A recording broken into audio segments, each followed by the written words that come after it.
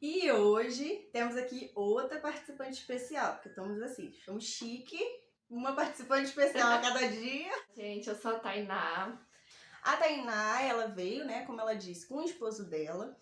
E assim, logo que eles vieram, né, o esposo dela logo veio já com a experiência de Pladur, né?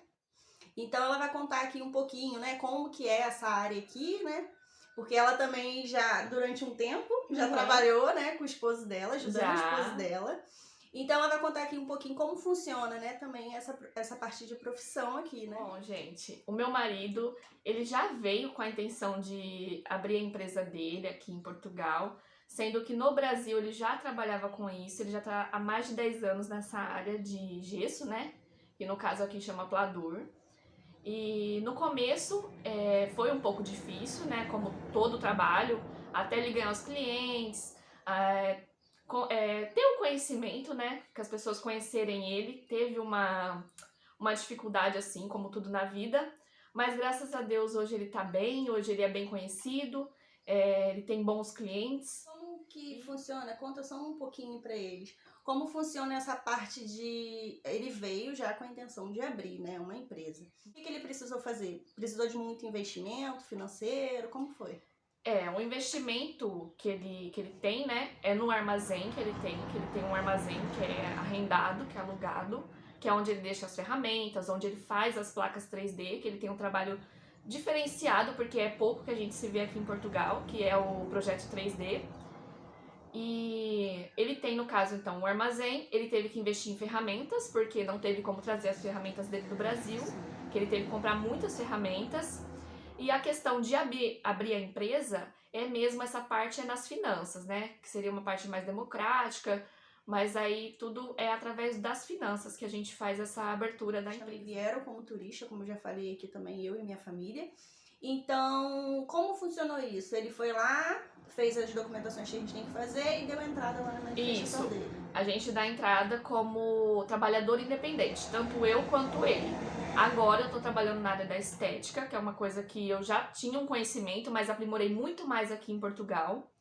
E o meu marido também deu entrada como recibo verde, que é trabalhador independente. Então nós dois trabalhamos como o trabalho independente. Então, essa foi a forma, né, que ele encontrou de abrir a própria empresa. Depois disso, conforme vai passando o tempo, ele vai crescendo, ele tem que ir para uma segunda... É como se fosse um microempreendedor. Sim, porque tem também valor limite que ele pode gastar por ano. Isso, tem essas coisas. Ele muda de categoria. Olha, então tá aí, ó, a dica, né? Os rapazes, né, os maridos que querem vir, né, às vezes com a sua família e já trabalham nessa parte aí no Brasil. Aqui é bem valorizado, não é? É bem muito procurado. Lógico que tem essa dificuldade, igual a Tainá disse, do esposo dela, de você conquistar o cliente, né? E também fazer com que as pessoas conheçam o seu trabalho. Fazer um trabalho bem feito, não é? Um trabalho bem feito, sempre com excelência, sempre buscar o melhor para o cliente, sempre dar resposta, ser uma pessoa ágil e rápida e ter um bom trabalho. Sim. Que é isso que falta muito aqui, o que a gente vê, o que a gente sente. Então, uma dica aí, né? Se você já trabalha nessa área e tem muita vontade de vir para cá, começa a pesquisar aí nessa parte. É lógico que no início é um pouco mais complicado, mas depois é algo que pode ser mesmo sua profissão. E trabalhar para si mesmo sem comparação, sem né? comparação, Agora a Tainá vai falar um pouquinho aqui sobre a experiência dela, do trabalho dela aqui. Já vai ser voltada à área da beleza. Pois é. E aí no Brasil a gente sabe, né, que muitas pessoas, pelo menos que eu conheço, e eu acho que você também, não é? Sim, sim. É assim, normal, né? A gente conhece as meninas de manicure, que vai em casa, porque aí no Brasil tem muito isso, fazer sobrancelha vai em casa também. E tem essa parte toda, e até acho que também trabalha em salão, nessa parte da estética, que aqui é bem reconhecido, né? Então a Tainá agora vai falar um pouquinho da experiência dela trabalhando em salão e como ela fez, né? E conseguiu aprimorar mais outras técnicas que nem estavam na mente dela fazer, né? Assim. Eu já trabalhei em 3 salões, agora eu tô nesse terceiro, né, que é o que eu me adaptei mesmo, que eu tive mais um crescimento, né, que eu tive um crescimento maior na questão da profissão.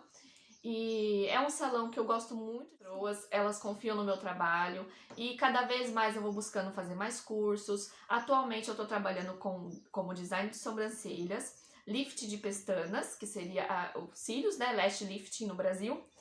E eu faço também massagens, eu faço tratamentos de corpo, que isso foi tudo coisas que eu aprimorei o meu conhecimento aqui em Portugal. Eu estudei bastante para estar nessa área que eu tô agora. E graças a Deus tem dado muito certo. Eu tenho bons resultados, ganhei muita confiança das clientes. Isso, lógico, que demora. Eu acho que nem na área do meu marido, é como toda área, quando a gente começa a trabalhar numa profissão que as pessoas não conhecem a gente, demora, gente, não tem como. Que nem nesse último salão eu tô lá desde setembro, vai fazer um ano, e agora que as clientes têm aquela confiança em mim, elas buscam meu trabalho, indicam. Então, essa questão da nossa mão de obra é mais assim, é um processo lento, né? Mas que depois a gente colhe bons frutos, a gente tem bons resultados no final. Aqui pra Tainá. Assim, uma pessoa que tá vindo do Brasil. Eu faço um pouco de tudo, que normalmente a gente é assim, né? Faz um pouco de tudo. Eu faço um pouco de tudo na área da beleza. Você acha que dá pra mim sobreviver só com essa profissão? Olha, eu vou contar a minha experiência. Sim. No começo, eu não vivia só dessa profissão, porque, como eu disse, até a gente conseguir uma carteira de clientes leva tempo. Então, eu tinha o meu trabalho de final de semana, que eu cuidava de um idoso, e lá era onde complementava a minha renda, porque eu tinha aquele trabalho fixo ali de final de semana, então era um valor ali que eu sabia que eu tinha aquele valor. Então, o meu trabalho na estética foi aos poucos que eu fui criando aquela carteira de clientes que hoje eu sobrevivo só do meu trabalho. Eu tenho só aquele valor. E a questão, assim, do valor em si, a maioria dos salões que eu já conheci, que eu já tive algumas experiências, são por porcentagem.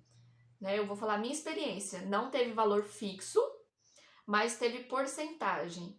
Então, o que acontece? Tem salão que são 30%, o mínimo, né, que eu já vi, são 30%, 40%, 50%. Eu já recebi até 60%, tá? Isso com os meus materiais. Eu dava meus materiais e recebia 60% de todo o meu trabalho que eu prestava naquele salão. Então, você não tinha, assim, um salário fixo, você só recebia essas porcentagens. E como você fazia? Porque como você abriu, né, a atividade junto com seu esposo, como que você fazia? Porque vocês têm que declarar isso. Sim. E como é que você fazia para poder declarar, sendo que você só recebia as porcentagens? Isso daí eu declarava junto com o meu trabalho de domingo. Por isso que eu tinha sempre o meu trabalho de domingo, que era o valor certo e era um valor bom, comparado a trabalhar o mês todo, eu recebi um valor bom, né? Comparado a um trabalho que a gente trabalha o mês todo para atingir aquele valor. Então, eu declarava esse valor e o que ficava ali solto, eu ia declarando aos poucos, porque não tinha como suprir aquela renda. Sim, porque pra tu declarar, né, aqui, quem não sabe, você tem que ter um mínimo, né? Sim. Também para declarar. Tu não pode declarar, tipo, 200 euros por mês. Não, tem que ter, eu acho que é o salário mínimo daqui, não é? Isso, 650. Sim, é o mínimo que tu pode declarar, né? Isso. Então tá aí a dica. No início, pode ser que não seja possível, se você for sozinha e quiser só trabalhar com isso, então você tem que ter aí esse... Agora eu também vou pedir pra Tainá contar um pouquinho dessa história, como que é trabalhar como cuidadora de idosos. Gente. Vamos lá. Então, como cuidadora de idosos, é complicado, não vou mentir. A gente tem que ter muita força de vontade, mas assim, como eu sempre digo, quando a gente vem para Portugal, a gente tem que vir com a cabeça bem aberta, com a mente aberta e pensar que é o trabalho. Não importa se lá no Brasil eu fazia tal coisa. Um exemplo, não importa se eu era uma médica, se eu era uma advogada. Quando a gente vai para outro país, a gente faz a imigração, a gente tem que ter na nossa cabeça que a gente está disposto a trabalhar o que tiver. A gente como precisa se a gente trabalhar. estivesse nascendo de novo. Mais Exatamente. Ou menos assim, não é? Até a gente se encaixar, que nem agora, 2 anos e meio, agora que eu me encaixei no meu trabalho, que eu tô com boas clientes, que eu, assim, tô bem satisfeita, sabe? Então, o que acontece? É um processo. A gente tá nascendo de novo, é um país novo, então não tem como a gente... Tem que conquistar tudo de novo, Isso. E, assim, trabalhar com idosos pra mim é uma coisa que eu não trabalhei no Brasil. né? Uma coisa que foi nova aqui pra mim, que eu adquiri a experiência aqui. Também não foi nada difícil, eu não tive nenhuma dificuldade, né? Que eu tive um treinamento e tudo. Então, trabalhar com idosos pra mim foi muito gratificante, porque eu senti isso, porque eu cuidava de pessoas acamadas, que a pessoa acordava sorrindo pra mim. E eu falava, gente, como que a gente é tão ingrata nessa vida, né? Que a gente reclama e a pessoa tá numa cama, acorda sorrindo. Então, isso pra mim foi uma experiência que eu não tem preço que paga. Essa experiência que eu vivi. Tu disse agora que trabalhou como cuidadora de idosos. E como foi essa parte? Tu nunca tinha trabalhado lá e tu chegou e para conseguir emprego, tu mandou mensagem, né? Tu mandou teu currículo e eu mandei, como que foi isso sem experiência? Eu mandei, e assim, não é, eu tinha uma noção, porque eu sou formada em radiologia no Brasil e trabalhei nessa parte do hospital. Então, quando eu via os utentes lá no hospital, eu tinha uma noção de como fazia, mas eu nunca peguei e trabalhava só nisso mesmo. Então, como eu tinha essa noção, eu expliquei, né, essa questão dessa noção que eu tinha, como eu trabalhei esse tempo no Brasil, no hospital. E aí a gente pegou, foi num treinamento, e tinha sempre uma pessoa ali supervisionando, vendo se eu tava fazendo tudo certo. E foi nisso. Aí nisso ela viu que eu tive um bom desempenho e comecei a trabalhar com isso. Ó, fica aí também a dica, né, para as pessoas que lá no Brasil são muitas cuidadoras de idosos também que tem, né? Pelo menos eu conheço muitas. E algumas também já me mandam mensagem perguntando, né, para poder falar um pouquinho sobre isso. Eu não tinha experiência para falar sobre isso, mas agora eu tenho, olha. É verdade. Então, se tu tem, lógico que experiência em qualquer área que tu tem mais experiência, se torna um pouco mais fácil, porque você tem ali propriedade para falar daquilo, né? Sim. Agora, mesmo sem ter experiência, né, naquilo mesmo, mas você vê que é possível conseguir, né? Como a Tainá conseguiu. Ela tinha experiência em hospitais, por estar ali naquele ambiente, mas nunca tinha trabalhado como cuidadora de idosos e aqui calhou dela trabalhar. Então fica aí também, né, a dica para as pessoas que têm já essa profissão aí e quando vim para cá ver essa possibilidade também de trabalhar, que é uma das áreas que mais dá, né? Sim. Vagas de emprego. E também se a gente trabalhar em vários turnos e assim tiver a oportunidade de trabalhar com alguém em particular, que depois que eu trabalhei Tu trabalhava num na lar, clínica? Trabalhei num lar de idosos e depois eu fui trabalhar de um idoso em particular, e aí eu recebia mais. Então, um valor diferente. E quanto que ganha, mais ou menos, a média de um cuidador de idoso? Num lar, é mais ou menos 700 euros, 750, mas no particular eu já cheguei a receber 1.100 euros. Aí, ó, é tempo que você ficava na casa, é o quê? 24? É 12 horas? Como que funciona isso? Quando eu trabalhei nesse senhor, eu trabalhava 13 horas por dia. É uma carga horária maior, mas, assim, em questão do valor, era um valor de 1.100 euros. Só que era 13 horas por dia. Então, tem que equilibrar ali, tem que ver se isso vale a pena. De lanche também, não é? De almoço, lanche, tinha essas coisas. Não, assim, quando é particular, não tinha. É direto, tu fica ali na casa. 13 horas, mas aí eles dormem, então você vai fazendo as suas coisas nesse tempo, né? E assim, são 13 horas direta, né? É cansativo, só que acontece, como eu tinha objetivos, que eu queria fazer outros cursos em outras áreas, eu fiquei ali, entendeu? Então essa foi a minha experiência. Na parte também, né, da estética, né, de trabalhar em salão, a Tainá, ela também tem um canal no YouTube. Eu vou botar o link também aqui pra vocês seguirem. Pra poder incentivar ela a voltar a gravar os vídeos dela. Ela grava uns TikToks, eu acho que tu faz, não é? Na verdade, os meus challenges eu faço lá no Eu vejo. No Instagram. Ela faz muito de maquiagem. Ela faz umas maquiagens maravilhosas. Ela até podia fazer em mim, né, gente?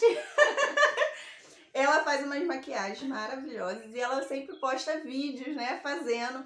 Que também foi uma área também que você adquiriu aqui em Portugal, né? Conta um pouquinho aí como funciona isso. Eu sempre gostei do mundo, assim, da maquiagem. Sempre fui apaixonada. Mas isso no Brasil eu não levava como uma profissão. Eu sempre gostei de me maquiar, de fazer várias coisas, maquiar até minhas amigas. Só que eu nunca levei isso como uma profissão. E por acaso, na pandemia, quando a gente estava parado, eu comecei a ver vários vídeos online e comecei a comprar curso. Isso na pandemia do ano passado. Comecei a comprar curso. Quando foi ver, eu tava apaixonada. Eu tava apaixonada nesse mundo e hoje eu levo como uma profissão. E lá no salão tu também faz, Sim, então. faço. Graças a Deus tá tendo muita cliente. Elas estão gostando do meu trabalho. Tu tem o Instagram profissional, não tem? Tenho. Eu vou deixar também linkado aí, ó, na descrição do vídeo. O Instagram dela, profissional. Pra vocês que moram aí no Porto, ó, já sabem, pode aí utilizar os serviços. E eu vou colocar aí linkado o Instagram dela pra vocês verem. Ela posta lá os vídeos e posta lá os trabalhos, né, que ela faz. E é bem legal, eu gosto muito de ver. Eu adoro, eu tô adorando.